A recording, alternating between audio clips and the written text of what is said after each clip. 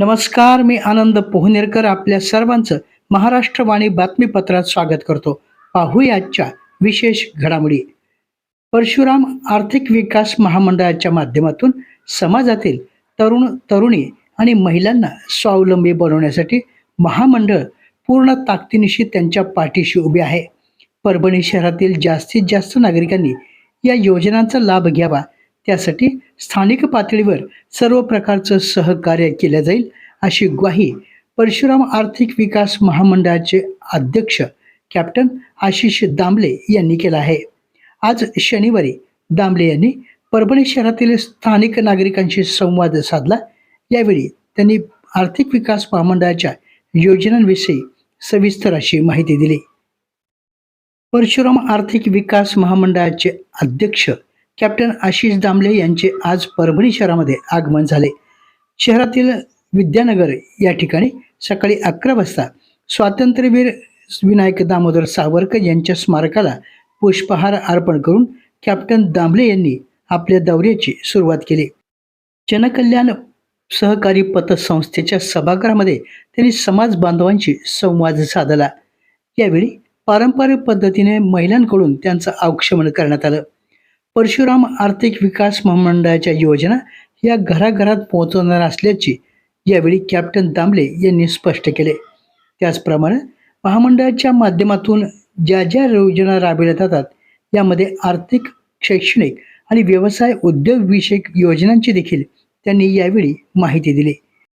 स्वातंत्र्यवीर सावरकर जन्मोत्सव समिती अध्यक्ष स्वप्नील पिंगळकर यांनी या कार्यक्रमाचं आयोजन केलं होतं, तर शरयू आंबेकर यांनी आपल्या सदाबहार शैलीत सूत्रसंचालन पार पाडलं.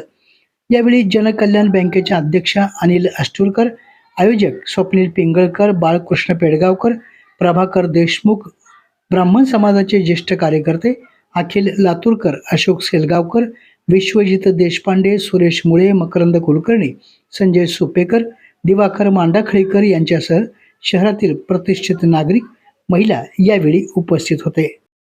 महिलांची सुरक्षा हा केवळ कायदा आणि सुव्यवस्थेचा विषय नसून सुशासनाचा महत्त्वाचा निकष आहे. पीडित महिलेचं म्हणणं कोणताही पूर्वग्रह न ठेवता शांतपणे ऐकावं आणि तिच्या सन्मानाची काळजी घ्यावी. गुन्ह्याबाबत शून्य सहनशीलतेचे धोरण अवलंबताना पीडिताबाबत कमाल संवेदनशीलता राखणं हे प्रभावी पोलीस व्यवस्थेचं सूत्र असलं पाहिजे, असं प्रतिपादन राष्ट्रीय महिला आयोगाच्या अध्यक्षा विजया रहाटकर यांनी केलं आहे. राष्ट्रीय महिला आयोग आणि महाराष्ट्र पोलिसांच्या वतीनं आयोजित शक्ती आणि सुरक्षा या कार्यक्रमाअंतर्गत सायबर गुन्ह्याविरोधामध्ये पोलिसांची क्षमतावृद्धी या कार्यशाळेमध्ये त्या बोलत होत्या. छत्रपती संभाजीनगर या ठिकाणी आयोजित या कार्यशाळेमध्ये राष्ट्रीय महिला आयोगाचे सदस्य सचिव सुदीप जैन, मुंबई उच्च न्यायालयाच्या माजी न्यायमूर्ती साधना जाधव, राज्याच्या महिला गुन्हे प्रतिबंधक विभागाच्या विशेष पोलीस महानिरीक्षक शारदा राऊत, पोलीस आयुक्त प्रवीण पवार, पोलीस अधीक्षक प्रकाश जाधव, राज्य महिला आयोगाच्या सदस्या नंदिनी आवाडे, पोलीस उपायुक्त पंकज अतुलकर, राष्ट्रीय महिला आयोगाचे संचालक राम अवतार सिंह आणि समन्वयक सर्वेश पांडे यांची उपस्थिती होती. पुढे बोलताना रहाटकर म्हणाल्या, केवळ तक्रार स्वीकारून किंवा FIR नोंदवून पोलिसांचे कर्तव्य संपत नाही. पीडित महिलेला वन स्टॉप सेंटर, संरक्षण अधिकारी आणि मोफत कायदेशीर मदतीची माहिती देऊन संबंधित यंत्रणांशी जोडून द्यावं. पोलीस, संरक्षण अधिकारी, महिला आणि बालविकास विभाग आणि इतर यंत्रणांमध्ये समन्वय वाढवावा. पुढे बोलताना त्या म्हणाले की तक्रारदार महिलेबाबत कोणताही पूर्वग्रह ठेवू नये. तिला पुरेसा वेळ देऊन तिचे म्हणणे मध्येच न तोडता ऐकून घ्यावं. आघातामुळं घटनेचा क्रम सांगताना पीडितेला अडचण येऊ शकते, त्यामुळं घाईघाईनं निष्कर्ष काढू नयेत. सन्मानपूर्वक वागणुकीतून तिचा पोलिसांवरील विश्वास वाढतो. बदलत्या काळानुसार गुन्ह्याचे स्वरूप देखील बदलत आहे.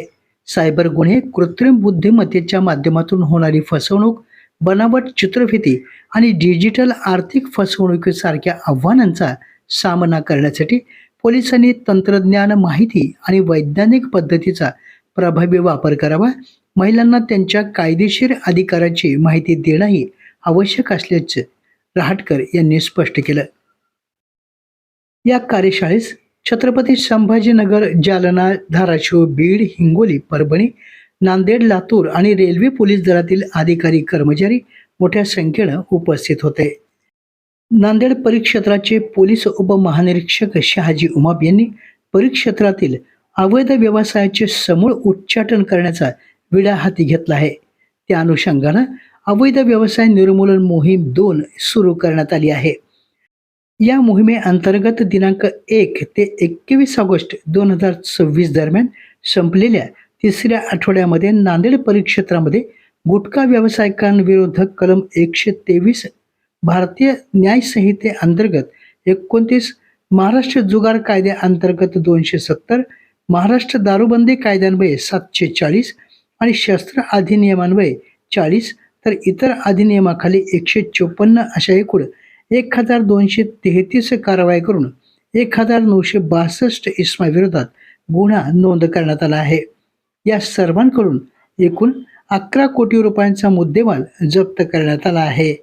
आपल्या जिल्ह्यातील अपडेट बातम्या पाहण्यासाठी आमच्या महाराष्ट्रवाणी या चॅनलला लाईक करा, सबस्क्राईब करा आणि शेअर करा. धन्यवाद.